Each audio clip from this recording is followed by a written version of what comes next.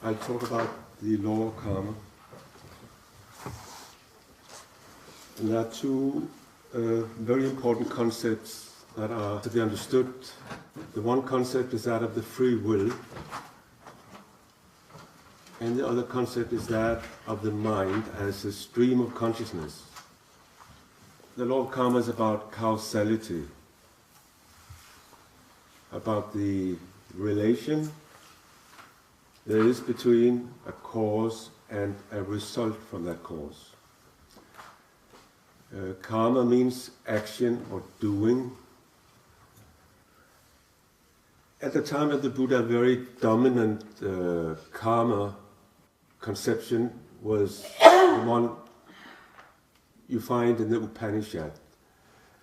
And it goes something like this, that there is an action, and there's a doer of the action, and there's a result of the action, and there's someone who reaps the result of the action. And the doer and the reaper are the same, namely the Atman, this self, this eternal self, something not only transcendental but something immanent in the conscious experience. It is a wise idea, but from a Buddhist point of view, rather superficial. Because, as you already know, in the Buddhist teaching, there's no unchanging mind, there's nothing unchanging in the mind. When the Buddha talks about no self, he really negates this Atman idea. It's really with reference to this Atman idea.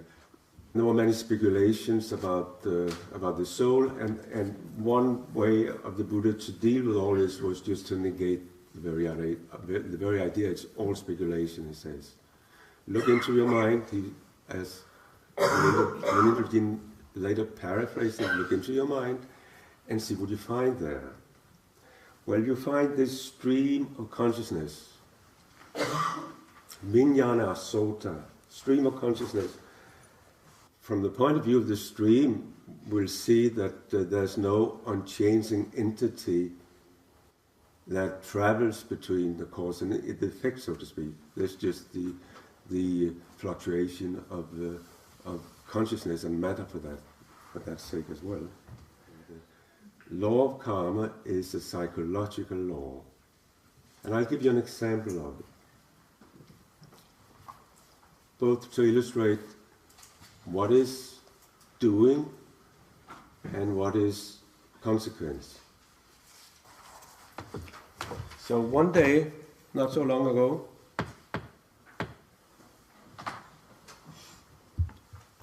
when I walked down the street in Copenhagen, I saw my old friend Robert on the other side of the street. And I waved, and he looked at me, but ignored me completely, and just passed by. And I felt so hurt. I felt abandoned, unlovable, sad, and then angry. I was just about to shout at him. Mm-hmm. And then I discovered that was not Robert. Complete stranger. All what I experience in the receptivity of my perceptual process, that whole filter through which I had this experience of someone who was not responding to my greeting, that was the consequence of my past actions, accumulated somewhere in my mind, in my subconscious, or in my long-term memory, my cognitive long-term memory. But of course it was not coincidental that all these emotions arose right in that context. I mean, the guy over there, he was circumstantial. He was like a supportive condition for the maturing of this karma fruit I was experiencing. Had he not been there, and had he not mistaken him for being Robert, then all those emotions had not surfaced to my mind. But a very important point is now that even if it had been Robert, and he had ignored me, my old friend Robert, he had ignored me, and I had reacted the same way, I had felt in the same way, that had nothing to do with Robert. It's the fruit of my karma. He would still just have been circumstantial, a supportive condition, not a karma condition, but just a circumstantial condition for the crystallization of these emotions in the receptivity of my perception.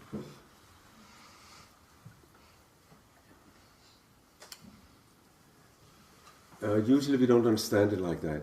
Let's say that Robert was Robert and he ignored me, and I would of course have condemned him for all my negative emotionality. You know, I would have projected them onto him, that he was the cause of them.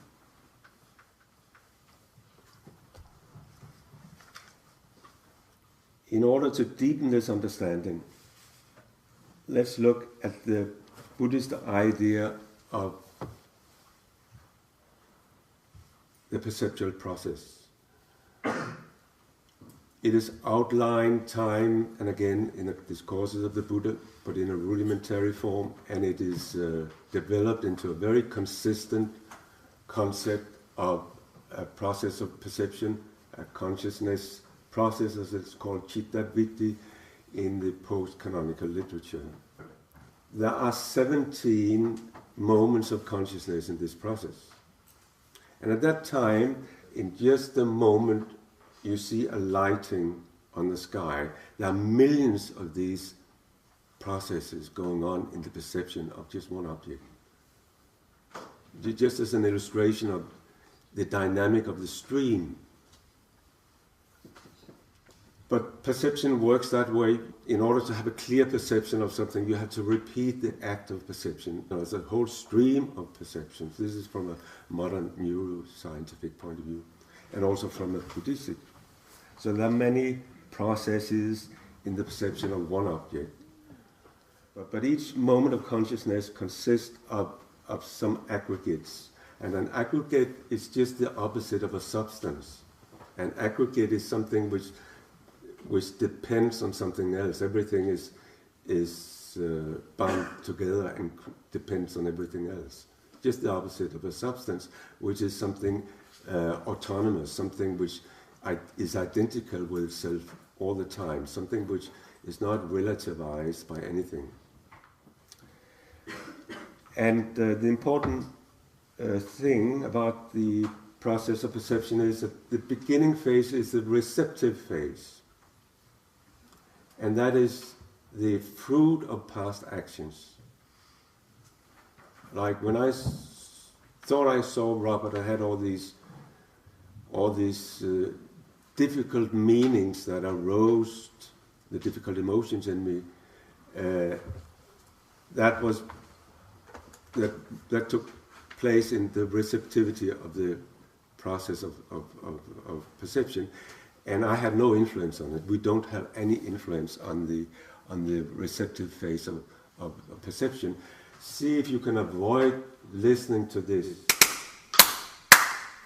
Could you? No, you were subjected to it, and no choice. And everything we take in is something that happens to us.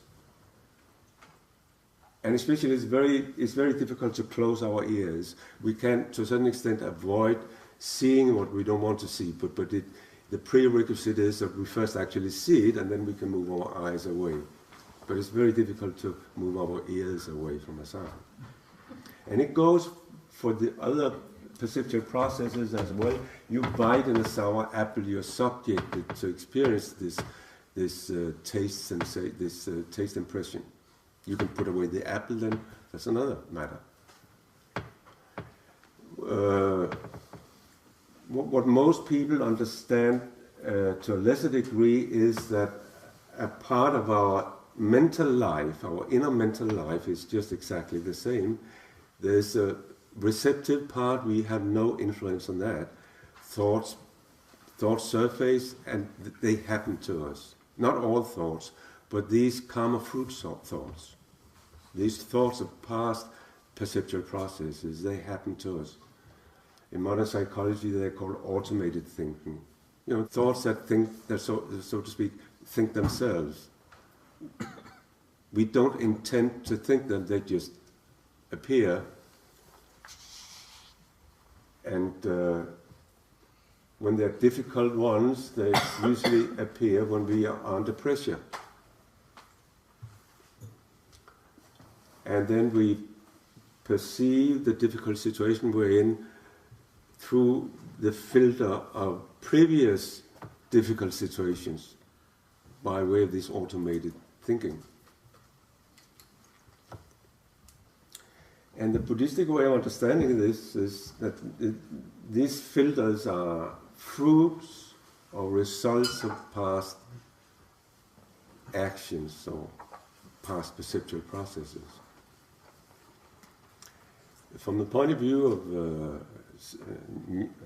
modern science, the receptive phase is actually unconscious. You know, it consists of electrochemical messages which associate, among other things, to our emotional memory, the amygdala, and also to our biographical memory. So the reception of an impression is already associated to a lot of information from our past before it actually becomes conscious in our neocortex. And from Buddhist point of view, the doing phase is karma, and it is in this phase that the will is free, because obviously the will is not 100% free. It's not free to the extent that we can avoid the result of past actions. We don't exercise that kind of sovereignty over ourselves. But the important point is that it is sufficiently free to avoid reacting automatically to what is happening to us. It is sufficiently free to do something else than what the receptive phase, so to speak, dictates us. You know, unwholesome impression dictates us to react with condemnation. You know, and that's a standard reaction.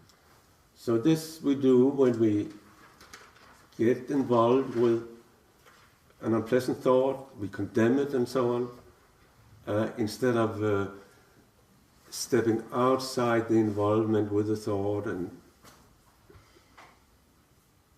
seeing the thought as just a thought, perhaps seeing the variability of the thought, perhaps even having caught the rising phase of the thought,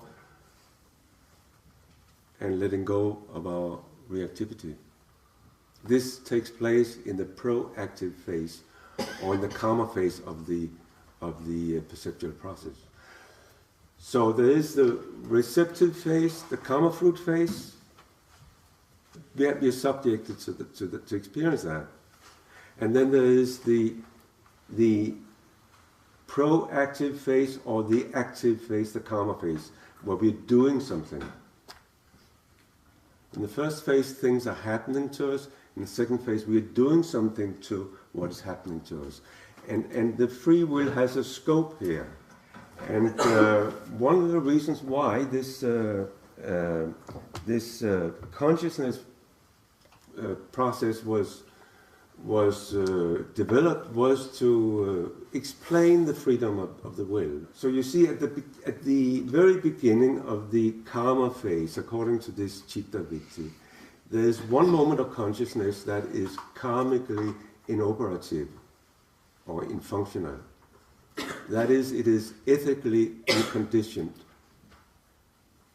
And it has a function to decide upon a course of action in face of what is coming in to the receptive phase. And that is with the reference to your experience in your meditation. The feeling tone, that is the taste of the receptive perceptual process. But then you don't have to react, you don't have to condemn, you don't have to cling. If you do, that's your free will if you do. But if you want to liberate your mind, you should be very mindful and not cling and not condemn, because that is within your scope. The more mindful you are, the better you'll succeed in this. The whole summing up of that process is karma bhava, the becoming of karma, or creation of karma. And it is accumulated. Very often there's a result of it in just the preceding perceptual process. But there are also results of karma we may reap long time afterwards. Years afterwards, decades afterwards, even in later lives in principle. And usually there are many results from one action. Depends on the intensity of the action. And what is important in the karma phase, the most important factor, that is cetana, volition. It is so important that the Buddha says, cetana, that I call karma, volition, that I call karma. And this cetana is free in the proactive or in the karma phase.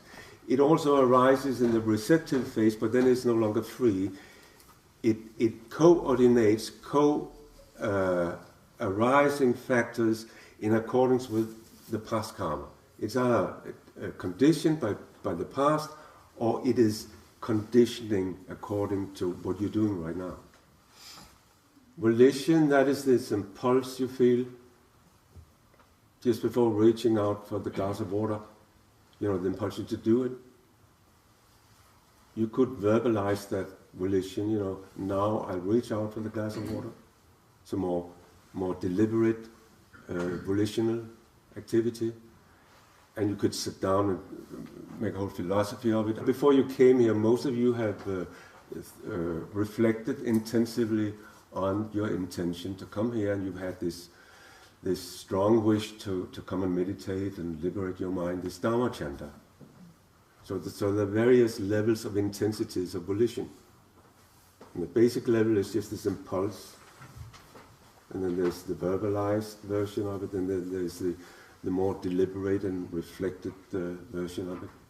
And of course, the more intense it is, the more powerful action it initiates.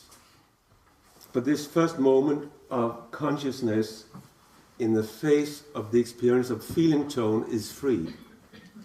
It's called determining consciousness. And it's ethically unconditioned, it's ethically free. All other factors are either wholesome or unwholesome. But this one is not, it's free. And of course, if the will was not free, if the will was predetermined by the past, as some philosophers actually thought at the Buddha's time, it would be pointless to meditate, it would be pointless to try to liberate the mind. Why put forth effort when everything is determined by past action? In the Abhidharma,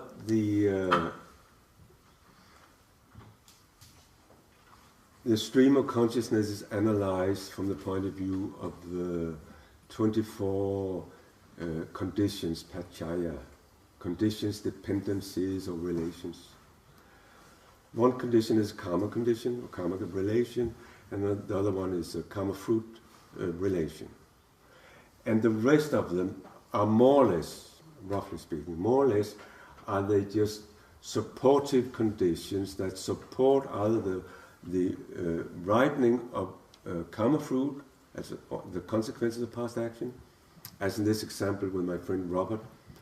Robert was a supportive condition for the maturing of some result from my past doing, by which I have developed this thought pattern of being somebody everybody abandons because I'm unlovable, somebody who's always alone, and somebody who cannot help it.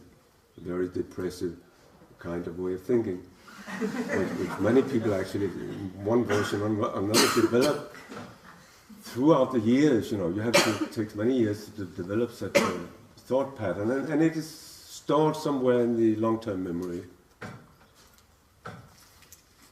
And when we come under pressure, it surfaces, or the stressful situation associates to it. In the situation with Robert, I'm not conscious of these meanings, but I'm very conscious of the emotions they bring to my mind. Maybe I wouldn't have been able to identify the exact nature of my emotions, but I was 100% aware of the displeasure of those emotions, of the feeling tone. It's quite easy to detect the feeling tone when something important is happening, whether it's pleasurable or whether it's displeasure. So there are all these supportive conditions, and in this case Robert was his being there, my visual perception of him, initial visual perception, was a supportive condition for bringing about my fruit, the fruit of my past karma. Supportive conditions are like climatic changes, and what climatic changes and water and sun is to the seed in the ground.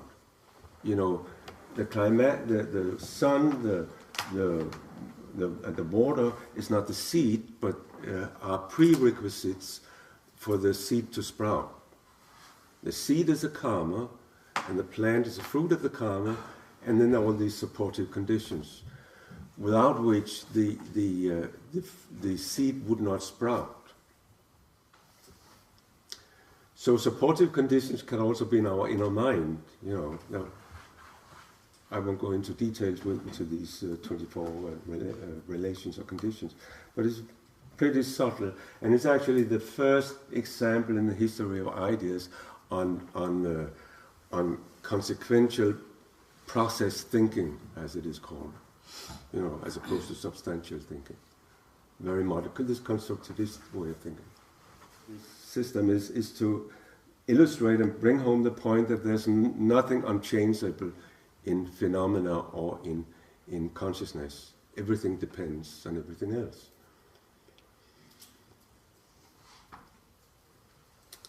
And of course, the wonderful thing about the free will is that all these factors we're dealing with can be developed. We can choose the wholesome things and develop them. The stream is in principle the same from one moment of consciousness to the preceding moment, as from one life to the preceding life. It's in principle the same streaming on of consciousness. One of the functions of consciousness is to turn towards the preceding, to link up with what is coming. And at the moment of death, that is what consciousness does. It sort of goes ahead and links up with the next moment of consciousness, which is in another life. I won't go into details with this,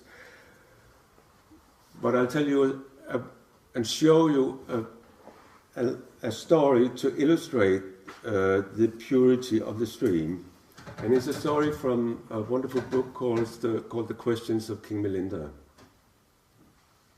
King Milinda was a Greek king living in Bactria in present-day Afghanistan, one of the provinces founded by Alexander the Great, who went out to India. A monk named Nagasena was thought to be able to teach the king, and he was called to the court. And this book is about all the questions the king asked Nagasena. And Nagasena, he succeeds every time in satisfying the king with a compelling answer. The situation I'll illustrate for you is about understanding the no causal in a continuity of consciousness, both from one moment to the next, as from one life to the preceding. And Nagasena, he uses a metaphor, it's like an oil lamp, you know. You light one oil lamp with another oil lamp. I'll show you. So we have fire here, various elements in a state of combustion, conditioned phenomenon. And what is happening now?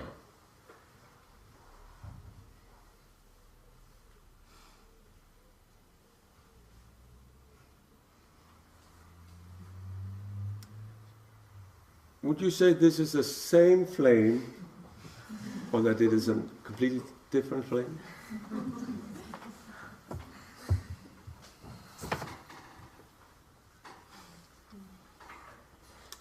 Buddha Goldstein uses another example. He says, now look at milk that turns into curd. Is there an absolute identity in milk? And is there an absolute identity in curd?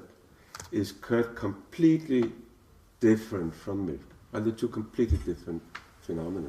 They are there, you can have milk there and curd there. You know, are they?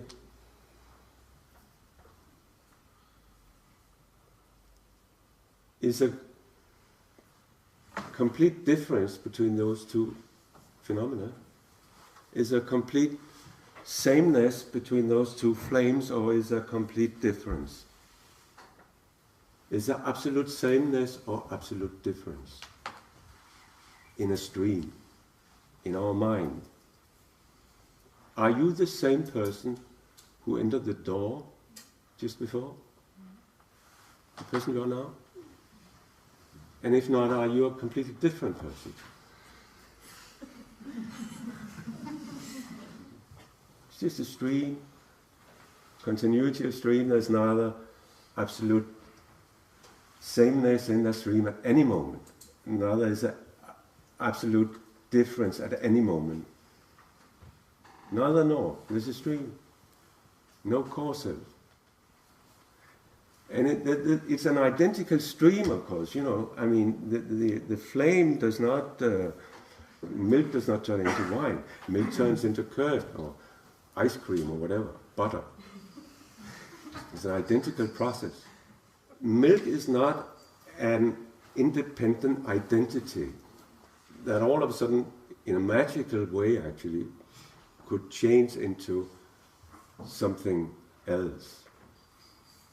It is a stream of conditions that is manifested in different ways, according to dependencies, according to the context.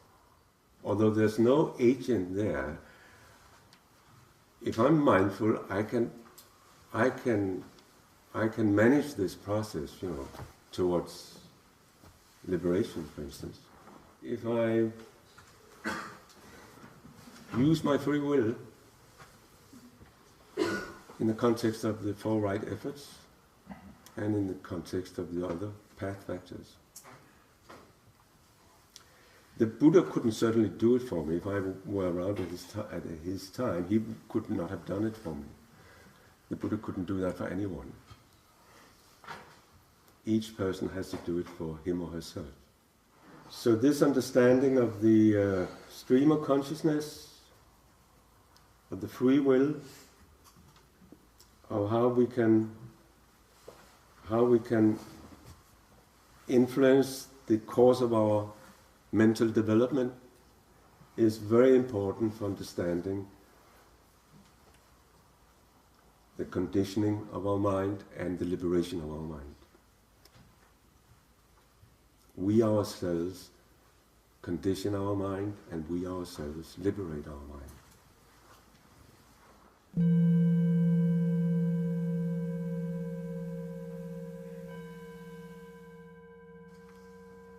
Can you tell us something about your relationship to contemporary psychology? Are you only speaking from a Buddhist perspective? Are you also taking in modern psychology?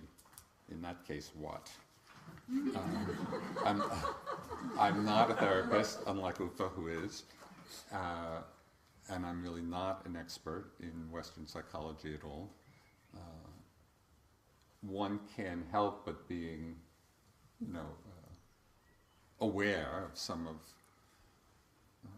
what's being learned in therapeutic realms. It's, in some way, I think, psychology is the Western paradigm for understanding the mind, which is why Vipassana is, I think, so popular and widespread, because even though the methods are different and even the goals are different, it is basically a psychological paradigm.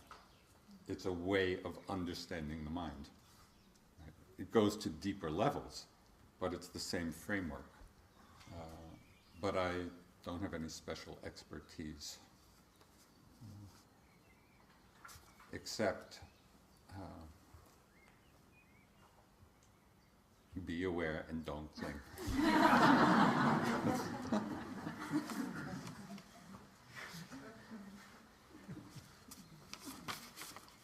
Okay, this goes to the question that came up earlier about possible dangers or not so good effect from meditation, not so much from people uncovering psychological trauma, but as a result of the meditation itself.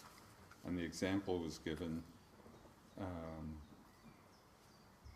personally, this talk about oversensitivity to sense input that developed through the meditation itself. Personally, my hearing is getting more and more sensitive after each retreat. No more radio or concerts, no movies with fast editing, or documentaries with handheld camera, as I get car sick. I am not crying about it, as I get so much benefit from mindfulness. But just wondering about this information overload that might begin to develop through a greater sensitivity.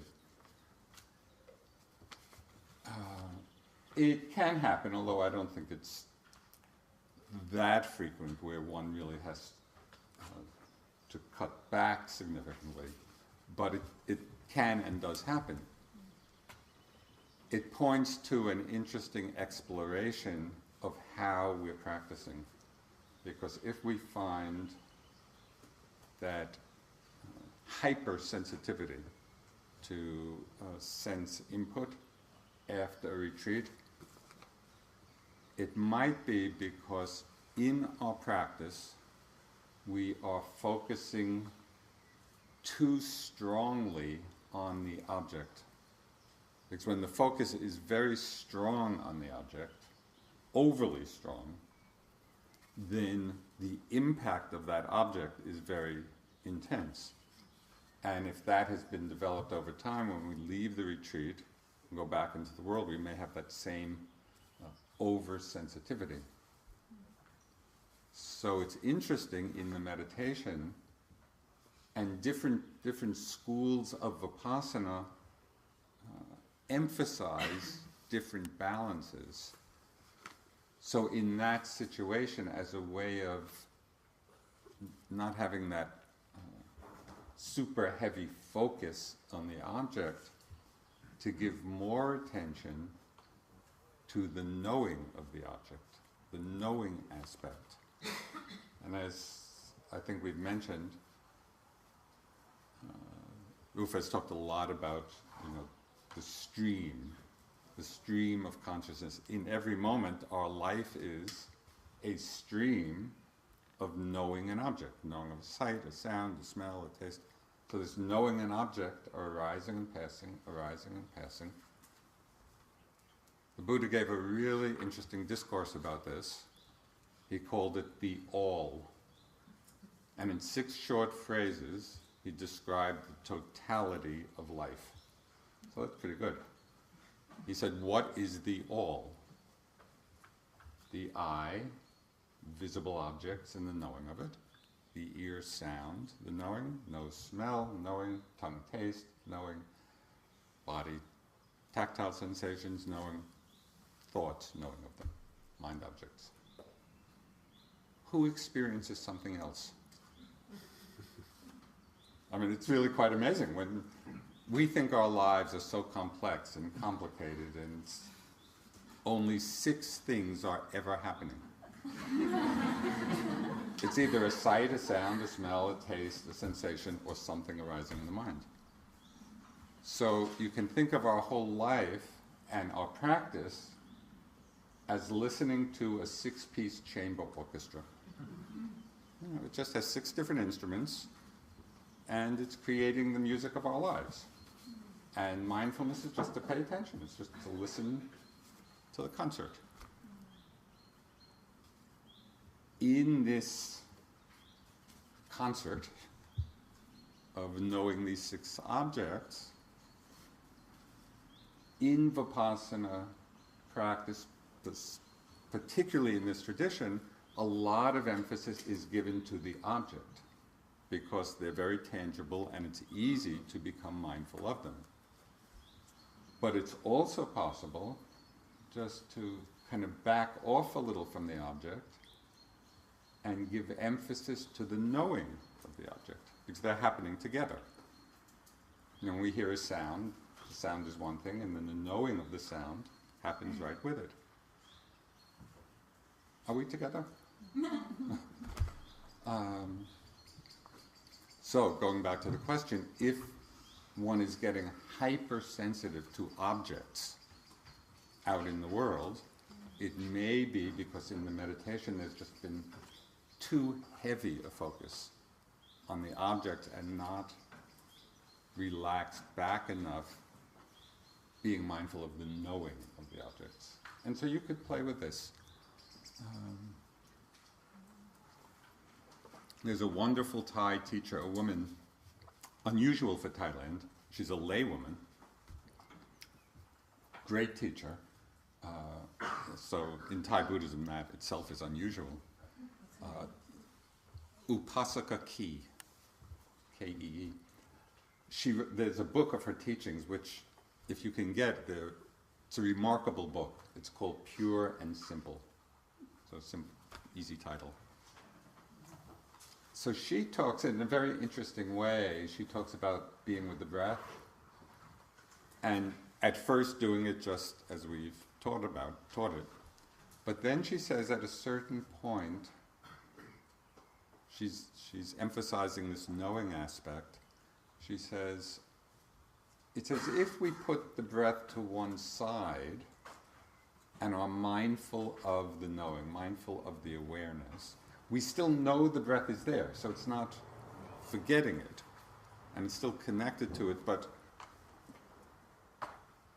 do you get the sense of how you could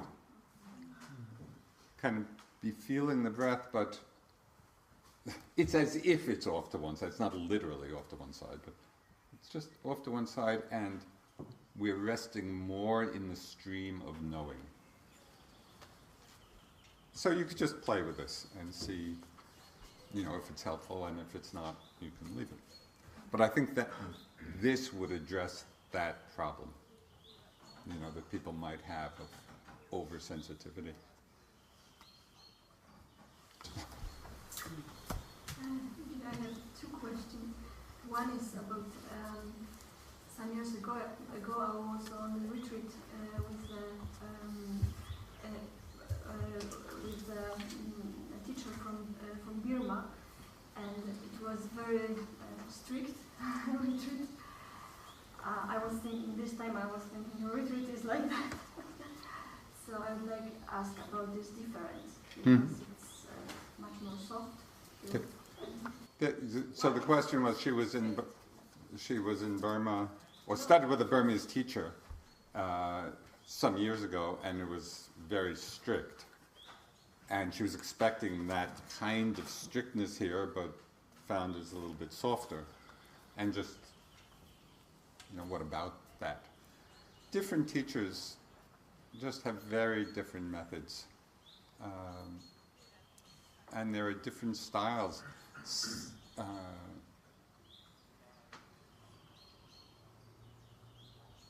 And at different times we need different things. Munindraji, for example, was very open. He didn't impose any structure at all, and so it all came from our own interest, and we developed just as individuals, not as a group. We developed kind of an intensive practice because we were interested in doing it. Other teachers, for example, like Sayadaw U Pandita and some other Burmese teachers, it's really very strict, and you really have to follow, if you want to practice with them, you really have to follow the program quite strictly.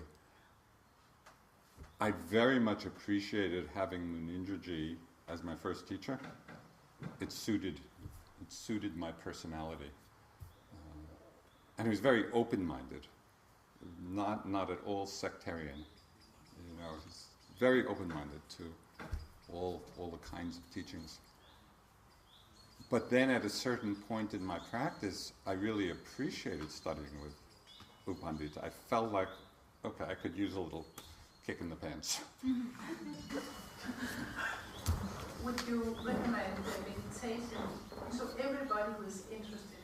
Or would there be persons with certain psychiatric disorders where it might be harmful? I think of clinical depressions, I think of schizophrenic disorders, and maybe other conditions. Yeah, I think there are definitely conditions where meditation is not helpful, particularly meditative retreats, because for some people, for some of those cases, in individual cases, it might be that kind of individual instruction in mindfulness could be helpful, just as part of their therapeutic regimen, but to come to a retreat with this silence and not much connection between people,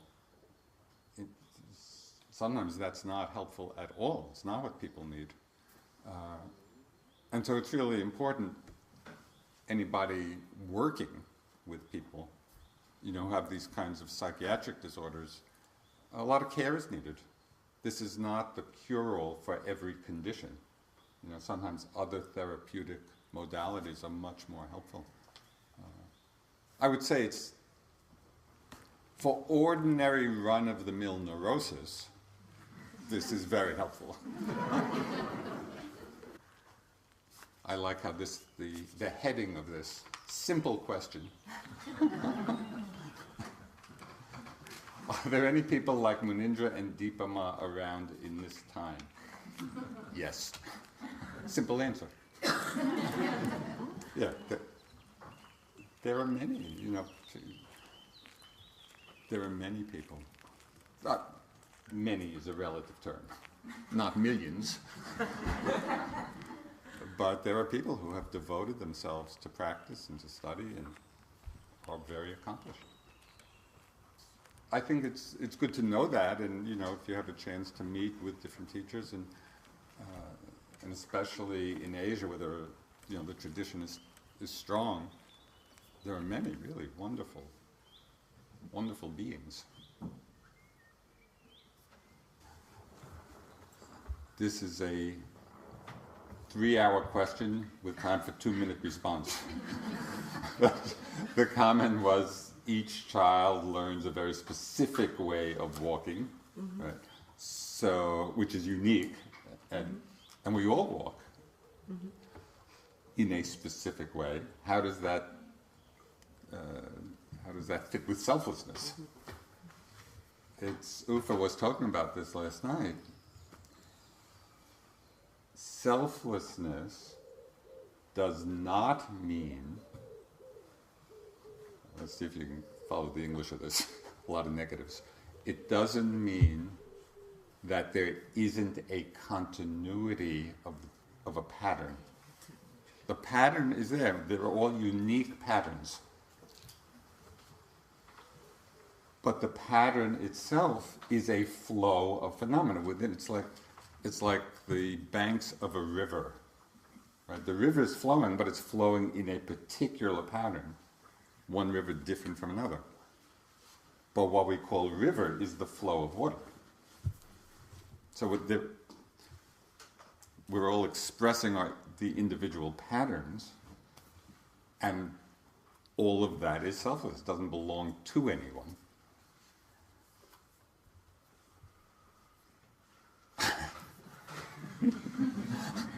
We'll stop now, but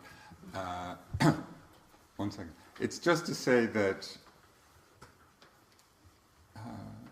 this investigation and exploration of anatta, selflessness, is the least obvious of the Buddhist teachings in terms of impermanence. We can easily understand dukkha. We can easily understand. This is counterintuitive, right? So as you just begin to hear about it and begin to explore it in your practice, hold it just from a place of interest. You know, if it's not fully understood in a week's retreat, it's fine. This takes an ongoing exploration. The beauty of the retreat and the power is there's probably no other place in your life, or few other places in your life, where you will even hear about selflessness. You know, so just let it be a seed, and you know, continue with your own exploration of what it means.